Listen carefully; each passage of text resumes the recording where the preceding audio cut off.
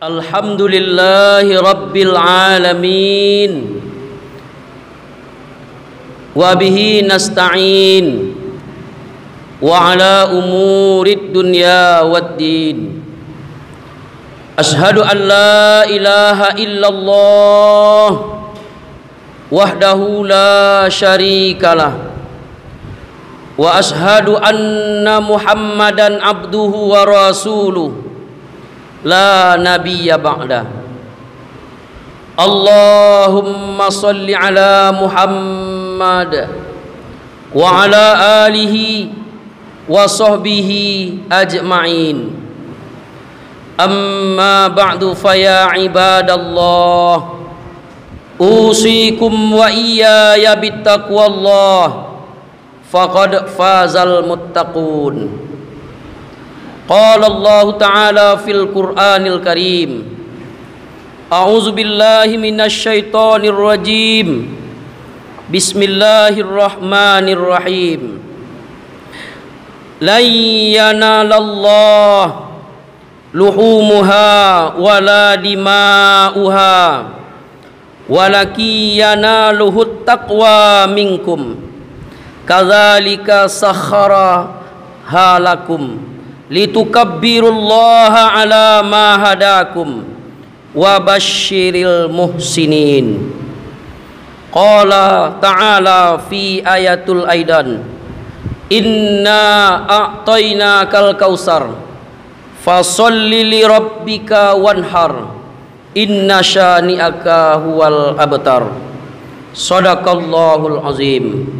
Quran surat Al-Hajj ayat 37 dan surat Al-Kausar ayat 1 sampai 3. Bapak-bapak, saudara-saudara sidang jemaah salat Jumat yang berbahagia. Pertama-tama marilah kita sama-sama bersyukur kepada Allah Subhanahu wa taala atas nikmat dan rahmat Allah yang begitu banyak yang telah kita terima. Hendaknya kita menjadi hamba-hamba yang pandai bersyukur agar Allah Subhanahu wa taala meridai kita. Andaikan lautan menjadi tintanya, ranting menjadi penanya, sungguh kamu tidak akan dapat menulis nikmat-nikmat Allah yang telah kamu terima. Apalagi nilai dari nikmat yang kamu terima itu. Maka jadilah kita menjadi orang yang bersyukur. La in syakartum la azidannakum wa la in kafartum inna azabi lasyadid. Surat Ibrahim ayat 7. Dan surah Al-Kausar ayat 1 sampai 3. Sesungguhnya kata Allah, kami telah memberimu nikmat yang banyak. Fasolli li rabbika wanhar, maka berkorbanlah, maka dirikanlah salat dan berkorbanlah. Siapa yang membenci yang demikian, dialah yang terputus. Dalam kajian nikmat Allah kali ini, maka judul khutbah kita adalah pentingnya menjadi peserta kurban. Bapak-bapak, saudara-saudara sidang jemaah salat Jumat yang berbahagia, dalam hal kurban ada istilah P5Q. Apa itu P5Q? P yang pertama adalah pengertian kurban, agar kita paham apa itu ibadah kurban. P yang kedua adalah peserta kurban. Bagaimana kita mau menjadi peserta kurban. P yang ketiga adalah panitia kurban. Siapa itu panitia kurban? P yang keempat adalah pelaksanaan kurban yang baik dan benar. Kemudian P yang kelima adalah pemakan dari daging korban itu. Bapak-bapak, saudara-saudara sidang jemaah yang berbahagia, kita masuk P yang pertama, yaitu pengertian kurban. Secara bahasa, kurban artinya adalah mendekatkan diri. Secara istilahiyah, kurban itu adalah amalan yang dilakukan untuk menambah kedekatan seseorang dengan Allah Subhanahu wa taala. Di dalam Al-Qur'an surat Al-Maidah ayat 27, di situ ada kata-kata qarraba kurbana, bentuk pengorbanan dari anak Adam, yaitu si Qabil dan si Habil. Kata kurbana itu adalah orang-orang yang betul-betul berkorban dengan hewan yang bagus. Di sini adalah bentuk dari pengorbanan. Maka Rasulullah mengatakan, janganlah kamu korbankan, jangan jadikan hewan kurbanmu yang cacat walaupun sedikit, buta matanya walaupun sebelah, pincang kakinya walaupun satu dari yang 4, kurus, jangan kamu jadikan hewan kurban. Maka justru karena itu di dalam ayat ini Allah mengatakan, fatukubbila min ahadihima, kami hanya menerima satu dari bentuk korban anak Adam itu, yaitu si Habil, karena dombanya bagus. Maka justru karena itu kata kurbana artinya adalah dengan cara berkorban itu maka si Habil ingin dekat dengan Allah Subhanahu wa taala. Jadi jika kita ingin dekat dengan Allah, maka marilah kita berkorban. Berarti mafhum mukhalafahnya, orang-orang yang enggan berkorban, maka berarti dia selalu ingin menjauh dari Allah Subhanahu wa taala. Bapak-bapak, saudara-saudara sidang jemaah salat Jumat yang berbahagia.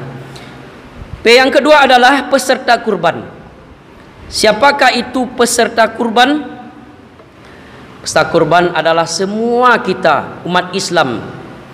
Tentunya yang berniat, kemudian niatnya itu diikuti dengan istita'ah, yaitu ingin untuk sanggup, berusaha untuk sanggup menjadi peserta kurban itu. Jadi peserta kurban bukan hanya orang-orang kaya, peserta kurban bukan hanya orang-orang yang berpunya, tapi semua kita jika berniat dan lalu berusaha untuk menjadi mampu menjadi peserta kurban, apapun profesi kita, insya Allah kita bisa menjadi peserta kurban.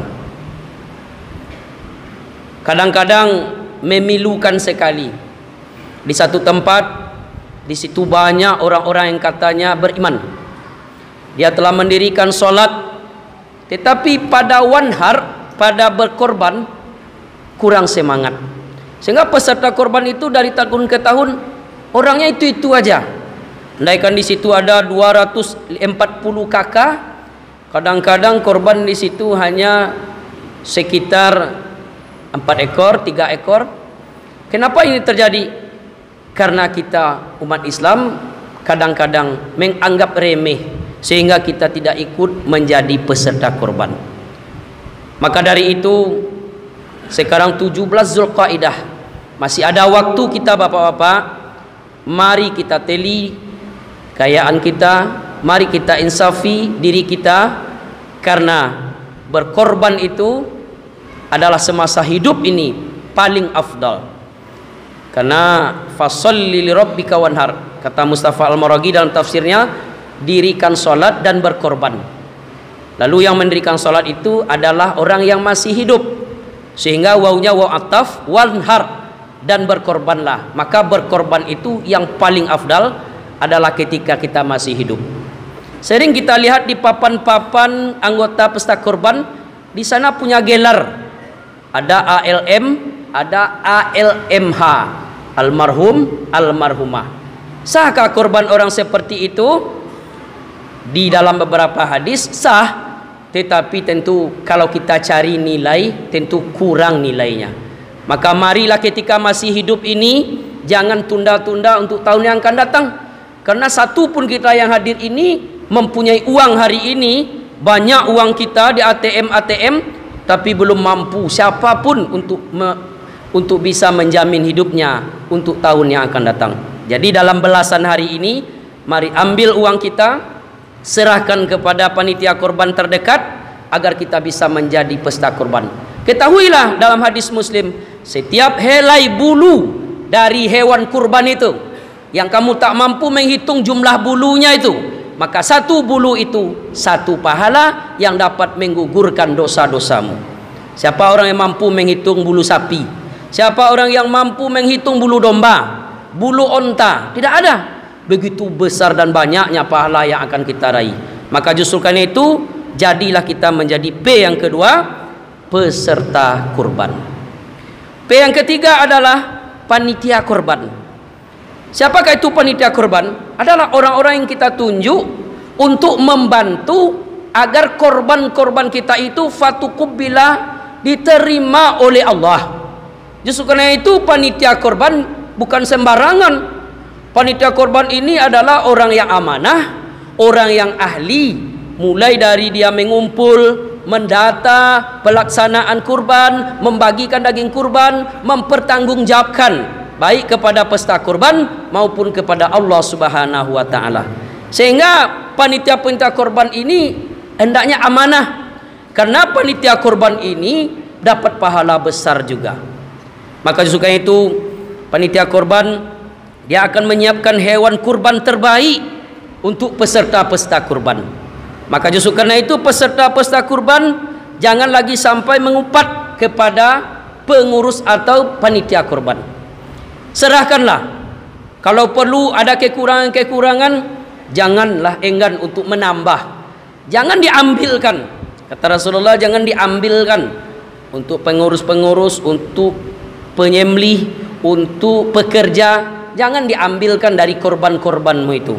Nanti dapat mengurangi kesempurnaan hewan kurbanmu itu. Jadi kalau ada tambahan-tambahan dari peserta kurban dari 2.400.000 masih ada tambahan-tambahan, maka sudilah peserta kurban untuk menambah. Agar apa?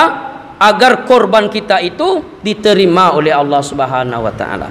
Jangan sampai peserta-peserta kurban mengumpat, terutama kepada pengurus atau panitia kurban yang telah kita tunjuk. Kemudian yang keempat adalah pelaksanaan kurban. Pelaksanaan kurban yang sesuai dengan sunnah Rasulullah. Sebaik-baik pelaksanaan kurban itu adalah bagi peserta kurban. Sebaik-baik penyembelih hewan kurban adalah peserta kurban. Sebaik-baik penyelenggara kurban adalah peserta kurban. Tapi kadang-kala kita peserta kurban tidak bisa, maka diserahkanlah kepada yang lain. Maka karena itu kaitan dalam hal ini, dalam hadis Rasulullah, jangan kamu menerima upah daripada penyembelihan hewan kurban. Jadi penyembelihan hewan kurban itu tidak boleh diupah. Dalam hadis Rasulullah tidak boleh diupah. Maksud tidak boleh diupah dalam istilah hadis dari daging korban itu. Kan ada apa-apa tukang sembelih hewan kurban, nanti setelah berkorban, setelah disembelih, kemudian potong kepalanya itu diberikan kepada orang yang menyembelih. Ini dilarang. Seharusnya peserta kurban menambah dari 2.400.000 berapa lagi untuk transportasi penyembelih tukang begal ini. Itu boleh. Ya. Justru karena itu bukan tidak boleh diberi sesuatu kepada tukang sembelih, tapi boleh, tapi jangan dari korban yang kamu korbankan itu. Justru karena itu pelaksanaan korban yang baik dan benar perlu kita baca lagi hadis-hadis Rasulullah agar korban kita itu diterima oleh Allah Subhanahu wa taala. Kemudian supaya kita mendapat sapi-sapi yang sesuai dengan aturan dan syariat, maka secepatnya kita untuk membeli sapi. Peserta-peserta korban diharapkan segera setorkan uang korban. Supaya apa? Supaya sapi kita bagus. Supaya pengurus-pengurus korban bisa mencari sapi yang bagus. Kalau kambing usianya 2 tahun, kalau sapi usianya 2 menuju 3 tahun, kalau onta usianya 5 tahun, tidak boleh cacat sedikit pun. Apalagi hari ini kita harus hati-hati. Sapi-sapi kita sekarang di Indonesia ini ada penyakit namanya penyakit MK. Justru karena itu sapi sakit tidak boleh menjadi hewan kurban. Justru itu panitia harus memeriksakan kepada menteri hewan atau dokter hewan sebelum disembelih hewan kurban ini. Kalau tidak nanti kita takut tidak diterima kurban kita. Justru karena itulah harus ekstra hati-hati hari ini, mulai dari pemilihan sapi korban, usia sapi korban, bentuk sapi korban. Jangan ada yang kurus, jangan ada yang cacat, sehingga korban kita itu diterima bagaikan korbannya Habil sewaktu anak Adam ini mempersembahkan korbannya kepada Allah Subhanahu wa taala. Kemudian yang kelima adalah yang kelima, pemakan daging-daging korban. Yang kebanyakan kita ini yaitu hanya menerima kupon kemudian menjadi pemakan daging korban. Maka jadilah kita orang-orang yang berkorban. Kita tidak dilarang makan daging korban. Makanlah daging korban itu dan berikanlah kepada orang yang meminta maupun orang yang tidak minta, kata Allah. Orang yang tidak meminta saja diberi juga. Bahkan sampai-sampai kalau sudah melebihi kapasitas kita umat Islam, kepada non-Islam pun boleh juga dibagikan. Begitu mulianya daging korban. Maka justru karena itu pemakan daging korban itu, terutama peserta korban, boleh dia memakan sepertiganya. Kalau seandainya berat daging korban itu, satu ekor sapi itu 100 kilo, maka sepertiga dari itu untuk peserta korban adalah 35 kilo. Bagi 7 sekitar 5 kilo. Itu paling banyak. Kalaupun sudah terrealisasi untuk semua terutama fakir miskin yang ada di daerah setempat. Tapi yang lebih afdal, utamakanlah fakir miskin yang dalam seminggu, sebulan, bahkan setahun dia tidak makan daging. Sementara kita yang berpunya setiap minggu bahkan bosan makan daging. Justru karena itu utamakanlah fakir miskin. Jangan sampai fakir miskin mendapat sedikit lalu dia berbisik-bisik dengan anaknya, inilah pembagian kita. Tapi alhamdulillah, tapi kalau kita pikir-pikir beli cabenya, beli bumbu-bumbunya hari ini jauh lebih mahal nak daripada daging yang dapat ini. Ini pertanda tak peduli terhadap fakir miskin. Justru karena itu dengan berkorban, maka jadilah kita orang yang memakan daging korban, tapi jangan berlebih-lebihan. Terutama peserta kurban, ikhlaslah. Andaikan dapat sedikit, ikhlaslah. Kemudian bapak-bapak kita yang ada ini, intinya marilah kita menjadi peserta kurban. Andaikan tahun ini kita belum mendaftar ataupun belum bisa menjadi peserta kurban karena memang uangnya 2.400.000 sekaligus banyak, maka mari kita biasakan menyicil. Bukankah kita telah mendengar banyak contoh-contoh di YouTube, ada seorang nenek yang jualan onde-onde masuk gang keluar gang, tapi seketika ditanya dia bisa menjadi peserta korban setiap tahun, bahkan sudah puluhan kali. Lalu ditanya kepada nenek itu, "Nek, kenapa nenek bisa menjadi peserta korban setiap tahun?" Lalu dijawab oleh nenek itu, "Saya setiap hari berjualan onde-onde. Saya buat 25 kotak plastik. Satu kotak saya jual Rp7.000. Maka setelah penjualan pertama dari kotak pertama, saya sisihkan uangnya. Lalu saya niatkan untuk korban tahun yang akan datang." Kita ini sudah mampu uang puluhan juta, tapi belum juga menjadi peserta korban. Tunggu apa ini? Tunggu mati. Nanti dapat gelar ALM, ALMH. Justru itu jangan itu ditunggu. Juga ada di YouTube kita lihat seorang pemulung yang datang ketika 10 hari menjelang pelaksanaan kurban. Lalu kata panitia kurban melihat pemulung datang, apa katanya? Belum lagi pemulung itu meminta, berkata, dia sudah mengatakan, "Pak, maaf Pak, nanti jemput daging ke sini ya Pak, waktu pengorbanan." Lalu pemulung tadi menjawab, "Maaf Pak panitia, hari ini kami tidak akan menjemput daging, tetapi rencana kami 2 orang pemulung ini menjadi peserta kurban." Masya Allah. Justru kan itu jangan pandang remeh pemulung. Walaupun dia pemulung, tapi dia berniat dan ada istita'ah. Berniat dia, kemudian berusaha untuk memampukan dirinya untuk menjadi peserta korban. Walaupun pemulung, dia bisa. Kenapa kita tidak bisa? Justru itu kesimpulan dari khutbah hari ini. Janganlah selalu hobi menjadi pemakan daging korban, tetapi berniatlah dan beristita'ahlah bahwa tahun ini atau minimal tahun-tahun yang akan datang kita memampukan diri kita untuk bisa menjadi peserta kurban. Fa'tabiru ya ulil absar la'allakum tuflihun.